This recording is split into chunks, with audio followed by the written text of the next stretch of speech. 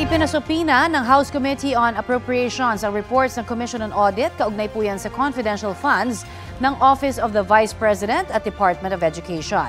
Para po ito sa fiscal year 2022 at 2023 kung kailan pinamumunuan ni Vice President Sara Duterte ang dalawang opisina.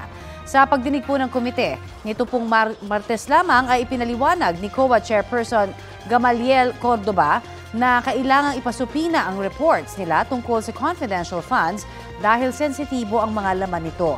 Gusto namang alamin ng Kamara kung tama ba ang paggamit sa confidential funds ng OVP at DepEd.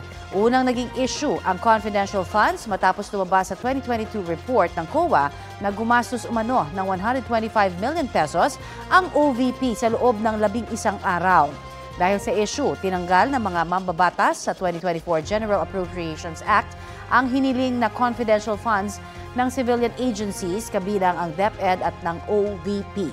Sinusubukan pa ng GMA Integrated News na kunin ang pahayag ng bise tungkol sa supina ng Kamara. Una nang iginiit ng bise na walang irregularidad sa paggastos ng 125 million pesos noong 2022.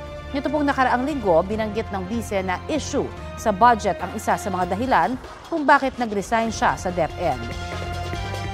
Kapuso, alamin ang maiinit na balita. Bisitahin at mag-subscribe sa GMA Integrated News sa YouTube. Sa mga kapuso abroad, samahan niyo kami sa GMA Pinoy TV at sa www.gmanews.tv.